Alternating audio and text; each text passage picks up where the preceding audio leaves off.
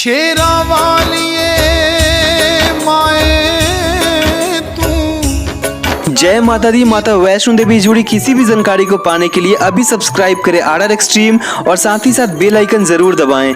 जय माता दी। दोस्तों, आज मैं आप सभी भक्तों को पहाड़ों वाली माता श्री माता वैष्णो देवी का सैर कराने वाला हूं और साथ ही साथ आपको संपूर्ण यात्रा का वर्णन भी कराने वाला हूं, जैसे कि श्री माता वैष्णो देवी यात्रा पे कैसे जाएं, किस मौसम में जाएं, कहाँ रुकें, होटल है, डोरमेट्री है या फिर धर्मशाला है, बस का किराया कितना होगा, टैक्सी का किराया कितना होगा, खाने पीने में कितने खर्च होंगे, अपनी यात्रा को कैसे पूरा कर सकते हैं आप, जैसे घोड़ा है, पिट्ठू है, पालकी है, हेलीकॉप्टर, रोपवे आदि, इन सब का संक्षिप्त जानकारी मैं आपको इस ब्लॉग में देने वाला हूं। तो कृपया वीडियो को अंत तक जरूर देखिएगा और कमेंट बॉक्स में जय माता दी की हाजिरी जरूर लगाइएगा। तो आइए हम अपनी यात्रा को आरंभ करते हैं और सबसे पहले बात करते हैं कि आधार शिविर कटरा तक कैसे पहुंचे।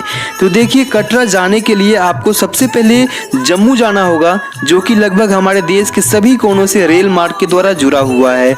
आप चाहें तो डायरेक्ट कटरा रेलवे स्टेशन भी जा सकते हैं। चूँकि कटरा रेलवे स्टेशन जाने के लिए आपको सभी जगहों से ट्रेन उपलब्ध नहीं मिलेंगी, तो आप बाई ट्रेन जम्मू जा सकते हैं। जम्मू जाने के लिए आप बाई रोड यानी बस का भी सहारा ले सकते हैं। उसके लिए सबसे पहले आपको दिल्ली आना होगा और नई दिल्ली से जम्मू की दूरी लगभग 630 किलोमीटर है, जिसे आप बस के द्वारा 10 से 12 घंटों में तय कर सकते हैं। आप चाहें तो बाई एयर भी जम्मू आ सकते हैं। देश के लगभग सभी एयरपोर्ट से जम्मू के लिए आपको फ्लाइट मिल जाएंगी। हालांकि फ्लाइट थोड़ा सा एक्सपेंसिव हो सकता है आपके लिए। फ्लाइट से आप जम्मू आराम से पहुंच सकते हैं। अब आप जम्मू पहुंच चुके हैं। अब बात करते हैं कि जम्मू से कटरा कैसे पहुंचे। तो देखिए, जम्मू रेलवे स्टेशन से बाहर निकलते ही आपको जम्मू बस स्टैंड दिखेगा, जहां से आप कटरा के लिए बस या फिर टैक्सी ले सकते हैं। जम्मू से कटरा के बीच की दूरी लगभग 48 किलोमीटर है, जिसे आप बस या फिर टैक्सी के द्वारा 2 से ढाई घंटों में तय करेंगे। जम्मू बस स्टैंड से कटरा बस स्टैंड का किराया है वो 80 रुपये पर पर्सन होता है। और वहीं बात करें अगर टैक्सी की, तो टैक्सी के लिए आपको 800 से 1000 रुपये पे करने पड़ेंगे। वहीं आधार शिविर कटरा पहुंचने से पहले कुछ दूर से ही माँ वैष्णो देवी का पवित्र निवास स्थान, जहाँ स्वयं माँ वैष्णो देवी विराजमान है, जिसे हम त्रिकुट पर्वत के नाम से जानते हैं, जिसका दर्शन कर हम अपने आप को धन्य और गर्व महसूस करते हैं। फिर कुछ दूर जाने पे हम आधार शिविर कटरा पहुंचेंगे। अगर आप डायरेक्ट कटरा रेलवे स्टेशन आ रहे हैं तो वहां से आपको ऑटो मिलेगा, जो कि 105 रुपये लेकर के 10 से 15 मिनट में आधार शिविर कटरा ले जाएगा। अब कटरा जाने के बाद आपको सबसे पहला काम ये करना होगा कि आप अपने लिए होटल या डोरमेट्री या फिर धर्मशाला बुक करने होंगे। कटरा में आपको होटल के बहुत से ऑप्शन मिलेंगे, जिनका एक दिन का किराया 400 से 2500 रुपये तक हो सकता है। अगर आप होटल लेना चाहें तो आप अपने रेंज के अकॉर्डिंग कटरा में रूम बुक कर सकते हैं। आप चाहें तो इसे आप ऑनलाइन भी बुक करा सकते हैं। अगर आप डोरमेट्री में रुकना चाहते हैं तो आपको श्री माता वैष्णो देवी श्राइन बोर्ड के निहारिका कॉम्प्लेक्स में जाकर अपने लिए डोरमेट्री बुक कराना होगा, जिसका पर पर्सन जो चार्जेस होता है वो 150 रुपीज़ होता है, यानी कि पर बेड का जो चार्जेस होता है वो 150 रुपीज़ होता है।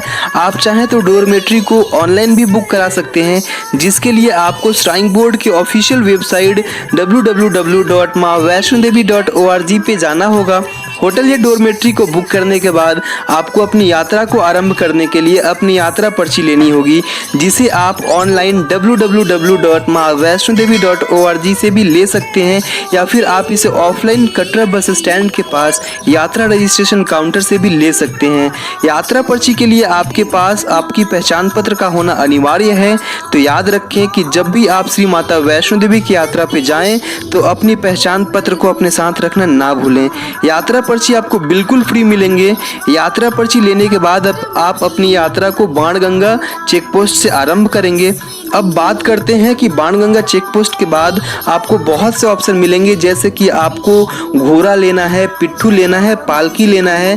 तो इन तीनों में से आप किसी का भी सेवाएं ले सकते हैं, या फिर अगर आप एबल हैं तो आप आराम से पैदल ट्रैकिंग करके भी 12 किलोमीटर का जो सफ़र है वो आराम से इंजॉय करते हुए श्री माता वैष्णो देवी के जयकारा लगाते हुए, जय माता दी का जयकारा लगाते हुए आप आराम से इस यात्रा को पूरा कर सकते हैं।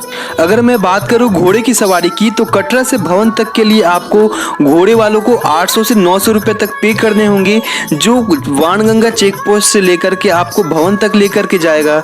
वहीं बात करें पालकी की, तो पालकी के लिए आपको 2000 से 2500 रुपए तक पे करने पड़ सकते हैं। अगर आप बैटरी कार से जाना चाहते हैं तो बैटरी कार के लिए आपको 365 रुपए पर पर्सन देने होंगे। जब आप अपनी यात्रा को बाणगंगा चेक पोस्ट से आरंभ करते हैं तो वहां आपको भवन जाने के लिए दो रास्ते मिलेंगे। एक नया रास्ता जिसे हम ताराकोट मार्ग के नाम से जानते हैं, वहीं दूसरा पुराना रास्ता। अगर आप ताराकोट के मार्ग से जा रहे हैं तो मैं आपको बता दूं कि ताराकोट मार्ग स्टीप होने के साथ साथ भी रास्ते के साफ सफाई का खासा ध्यान रखा गया है। रास्तों में आपको घोड़े, पिट्ठू, पालकी आदि देखने को नहीं मिलेंगे। आपको जगह जगह पे पार्क और वाटर फाउंटेन देखने को मिलता है। वहीं आपको खाने पीने के लिए रेस्टोरेंट को भी व्यवस्था की गई है। ताराकोट मार्ग अर्धकुंवारी तक ही जाता है, जहां पे आपको पुराना रास्ता मिलेगा। वहीं बात करें पुराने रास्ते की, तो आपको बता दूं कि पुराने रास्ते पे घोड़ा, खच्चर, पिट्ठू, पालकी आदि आपको मिलेंगे, जिसका लाभ लेकर आप अपनी यात्रा को सुगम बना सकते हैं।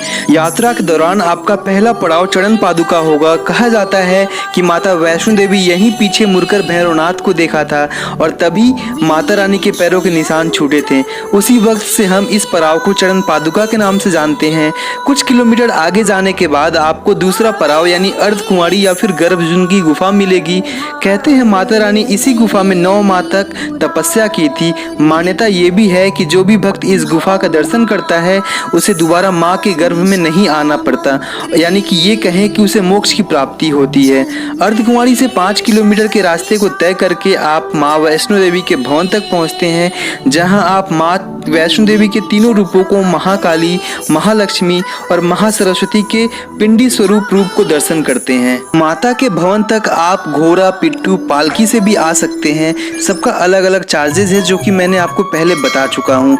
वहीं बात करें कि अगर आप वायु मार्ग के द्वारा आना चाहते हैं तो आप वायु मार्ग के द्वारा भी आ सकते हैं। वायु मार्ग से यानी कि हेलीकॉप्टर के द्वारा आप सांची छत तक आ सकते हैं। सांची छत से आपको पैदल ही माता रानी के भवन तक आना होगा। अगर हेलीकॉप्टर के किराए की बात करूं तो एक साइड का यानी कि वन वे का जो किराया है हेलीकॉप्टर का वो 1600 रुपये होता है, जो कि आपको सांची छत तक छोड़ेगा कटरा से। माता रानी के पवित्र पिंडी रूपी का दर्शन करने के बाद में आप वहां से 3 किलोमीटर ऊपर यानी कि भैरव घाटी जाते हैं, जहां पे आप भैरवनाथ का दर्शन करते हैं, बाबा भैरव का दर्शन करते हैं। बाबा भैरव का दर्शन करने के लिए अगर आप चाहें तो पैदल ट्रैकिंग करके भी जा सकते हैं, या फिर अगर आप चाहें तो रोपवे का भी सहारा ले सकते हैं। अगर रोपवे के किराए की बात करूं तो 100 रुपये पर पर्सन होता है, जो कि भवन से आपको भैरव घाटी ले जाता है और वापस भवन तक छोड़ जाता है। इसमें आपका आने और जाने का किराया इंक्लूड होता है। तो दोस्तों, आज का जो हमारा वीडियो रहा वो कैसा लगा आपको कमेंट बॉक्स में हमें ज़रूर बताइएगा। साथ ही साथ अगर आपको वीडियो पसंद आया तो वीडियो को लाइक करके शेयर ज़रूर कीजिएगा। कमेंट बॉक्स में जय माता दी की हाजिरी ज़रूर लगाइएगा। अगर आपने अभी तक हमारे चैनल को सब्सक्राइब नहीं किया है तो कृपया हमारे चैनल को सब्सक्राइब करके बिल नोटिफिकेशन ज़रूर दबाइएगा और अपना सहयोग ज़रूर दीजिएगा। मिलते हैं अगले अपडेट में, तब तक के लिए जय माता दी। दक्षिण